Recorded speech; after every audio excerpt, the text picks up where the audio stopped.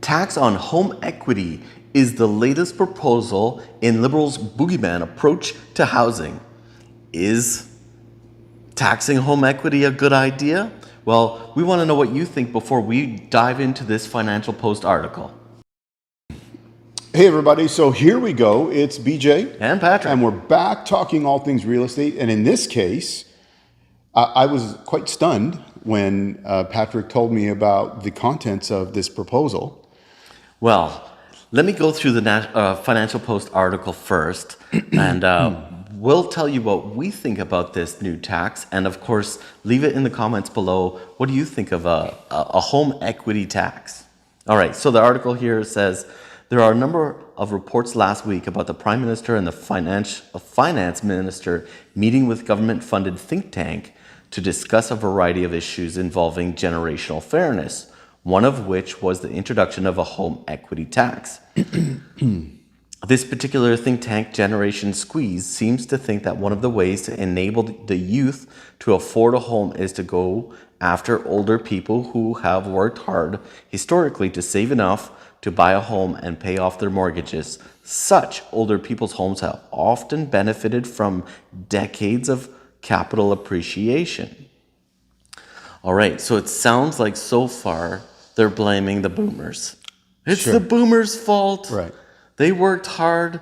They put in their overtime. They raised families. Now they have all this equity in their homes. Yeah.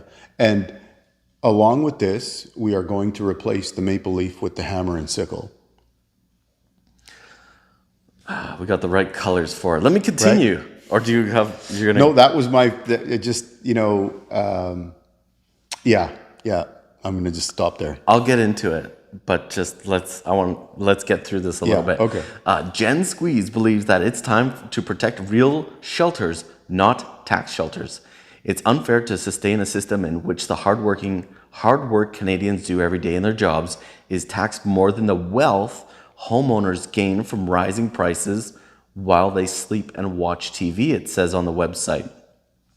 Wait a minute. If you're hardworking and your pay is low, you pay barely any tax. And if you're sitting in your home watching TV and you haven't sold your home, which you get exempted from the capital gains there anyways, I'm not really sure. So you worked for 40, 50, 60 years. Paying income tax. And property tax. Right. And you bought your home, you paid off your home, you took care of your family, you took care of the country by paying your taxes, and the reward is... Oh, we're going to tax you more. Because it's somehow unfair that you have this home. It's generational fairness, if you're paying attention. Wow. Wow. Okay. All right. Oh my goodness. The first step is putting a price on housing inequity by adding a modest surtax on homes valued at more than $1 million. This surtax will only apply to the top 12% of high-value homes, the vast majority of Canadians who pay a penny more. Oh, a vast majority of Canadians won't pay a penny more. Have you heard this before? Yeah. The increase in the capital gains inclusion rate, and now like doctors and dentists and business people like, ooh, maybe we'll move to America. Yep, we do videos on that too. But it will help slow down home prices so earnings have a chance to catch up. How does my home slow down home prices so earnings have a chance to catch up? Okay, so explain this to me, okay? I don't know if I can. Now I'm going to follow their rationale, okay? Here we go. So I am one of the people in question here, let's say, okay? Where I've lived in the same home now for the last 30 years, okay? I'm retired. I'm enjoying my retirement, enjoying my home that I don't make any payments on except for the upkeep and some taxes and things like that. Yep. How am I contributing to the housing price? My house is not on the market. How am I contributing to the escalation of housing prices? It's still all your fault. I know you're not a boomer, but it's still all your fault because we have to blame someone else as the oppressor for my victimhood. Oh, there's probably a little bit more in here, but okay, should I keep going? Yeah. All right. Wow. Now, just so we also know, we're not picking this article out of the air. This article is in the Financial Post.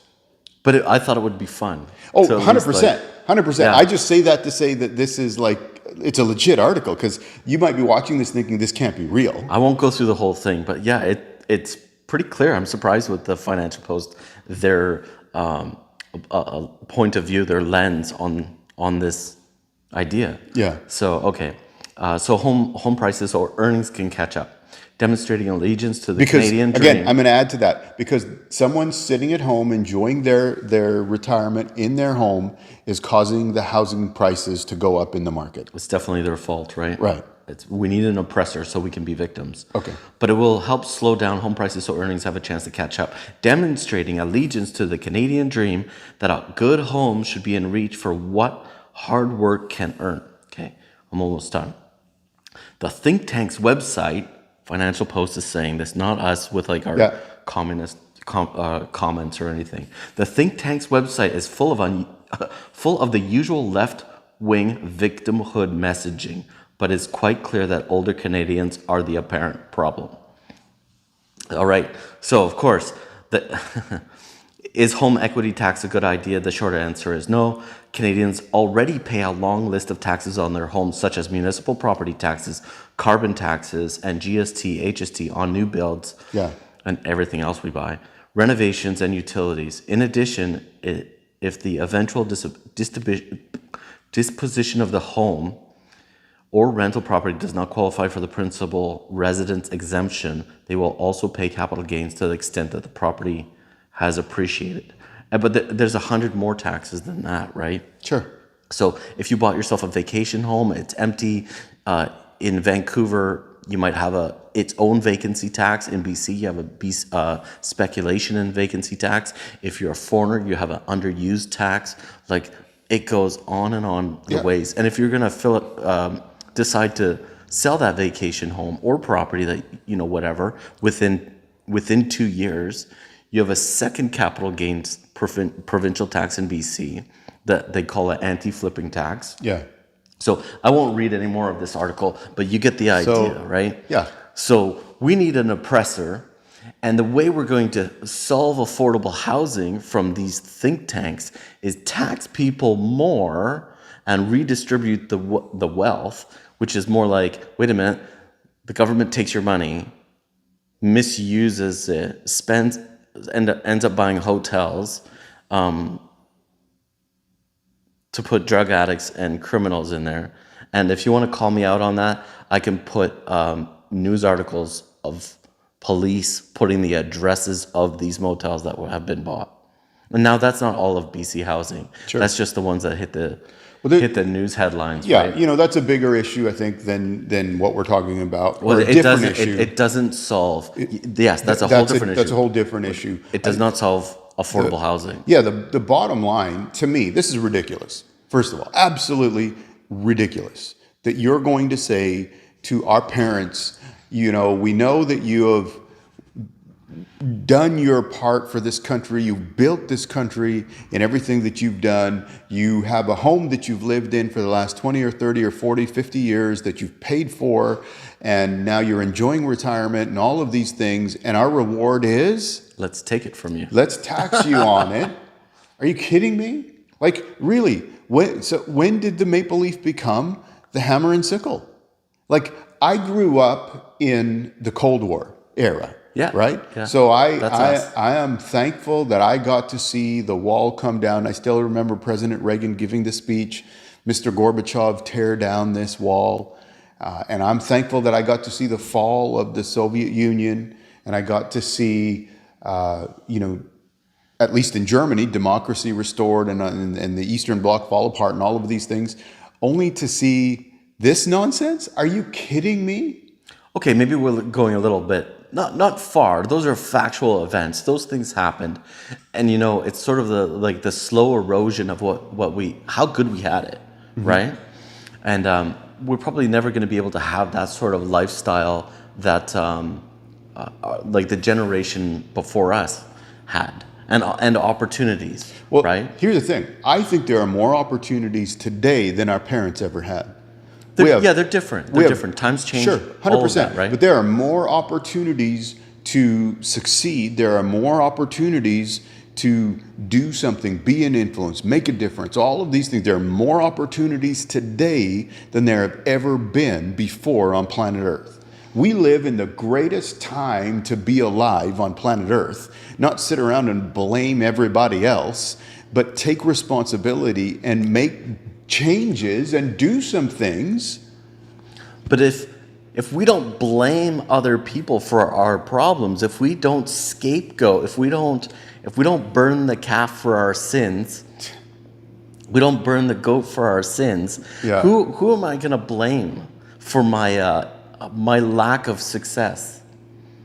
From, instead of taking personal responsibility, I'm going to blame, I'm not saying me in general, I'm saying how I hear people complaining. They're going to blame the immigrants. Now they're blaming the boomers. They're going to blame people that are flipping houses. They're going to blame people that own Airbnbs. Right. Right? They're going to blame, I'm missing one, money laundering. Sure. Everything else except for having discipline over your own spending habits, budgeting, like discipline for budgeting. Yeah. And pay attention to your credit, and if you need to increase your pay, put effort, have some motivation to change your value that you can offer into the marketplace. Mm-hmm. And if you feel like you're capped out, maybe you're living in a place that's too expensive for you. Yeah, and in order, if rent in Vancouver or Toronto is eating up 50% of your income, right, you're paying too much money for that. Yeah. And then you have a car, and then you have this, and all of these things. Then sure, you need to get your spending under control.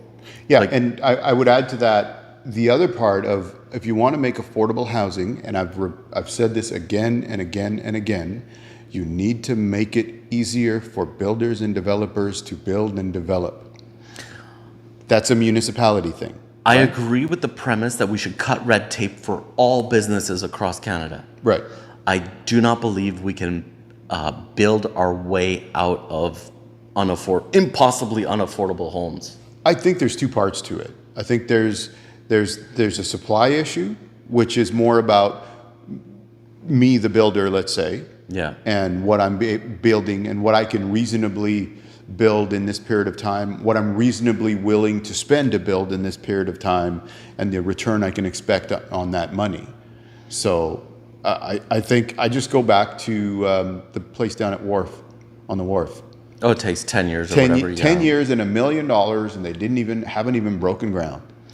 Vancouver is estimated, what was it, the committee, whatever the, I have notes on this somewhere. We were going to talk about it, but now I'm going to talk about it. Vancouver's Regional Planning Committee estimates 55,000 new immigrants every year. Their new estimate for the mid-2040s, they're going to have 4 million people in Vancouver. I promise you, by the mid-2040s, no matter how many houses we build, it's going to be more expensive in Vancouver. Sure. And Toronto. Yeah. We're not going to build our way out of this expensive area. And every other major desirable metro area across the world. We're not going to do it. You have to take personal responsibility over your own finances, over your own budget, over your own income, over your own credit. No one's going to offer you a communist block that you can own, like social housing, welfare housing. It's all taxpayers. We already talked about this. This mindset of taxing something to be able to turn around and provide housing. I know people need housing, yeah, right? We need workers to do these jobs, but that doesn't mean you have to stay in this job that doesn't give you enough return on your time or investment, yeah, to stay in that position, stuck in that position, right? Yeah. So Okay, we went on a little bit I of a think rant there. I think we're all kind of ranted Hey, thanks for out. joining us today. Hope you got some good information out of that. Please take a minute and like and subscribe. It helps us out with getting the word out there. If you know anybody who you think needs to see what we're talking about, please let them know about it. And of course, if you're thinking of buying or selling real estate in the Greater Victoria area or anywhere on southern Vancouver Island, you can get a hold of us. Our information is in the description below, and we'd be happy to help you. Thank you so much for watching, and we'll catch you in the next video. See ya.